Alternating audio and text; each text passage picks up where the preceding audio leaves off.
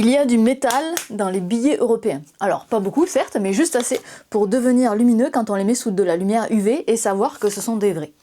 Le nom du métal ?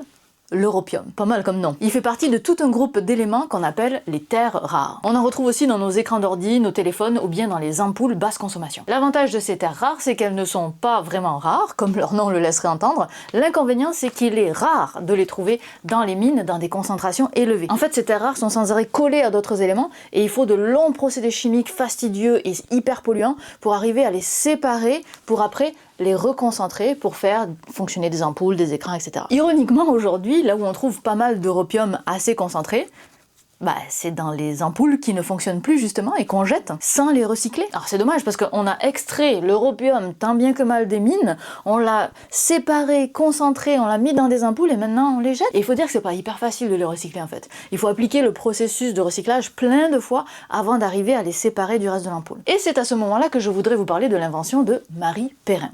Marie, elle vient de gagner un prix du Young Inventors Prize décerné par l'Office européen des brevets. C'est une distinction qui récompense les innovations capables de répondre aux grands défis de notre temps, et clairement le recyclage des terres rares, ça en fait partie. Alors si j'essaie de résumer son invention, ça ressemble à ça. Elle récupère l'ampoule et en fait de la poudre. Cette poudre est dissoute pour récupérer les terres rares, notamment l'europium, qui est séparé par une réaction chimique et transformé en oxyde d'europium, et c'est dans ce détail-là que tout l'enjeu de son invention se trouve. Au final, en un seul passage de son procédé, elle réussit à isoler l'europium. Là, on en est à l'étape où le brevet a été déposé et on attend impatiemment la suite. D'ailleurs, moi je l'ai la suite, je vous la donne. Ce sera le 18 juin. Il y aura la cérémonie de remise des prix du Young Inventors Prize qui aura lieu en direct depuis l'Islande et ce sera même retranscrit sur ma chaîne YouTube Syllabus. Alors on croise les doigts pour avoir l'occasion de parler à Marie et de prendre des nouvelles de son invention, et vous pouvez aller voir toutes les autres personnes, toutes les autres inventions qui ont gagné en même temps et même voter pour votre invention préférée,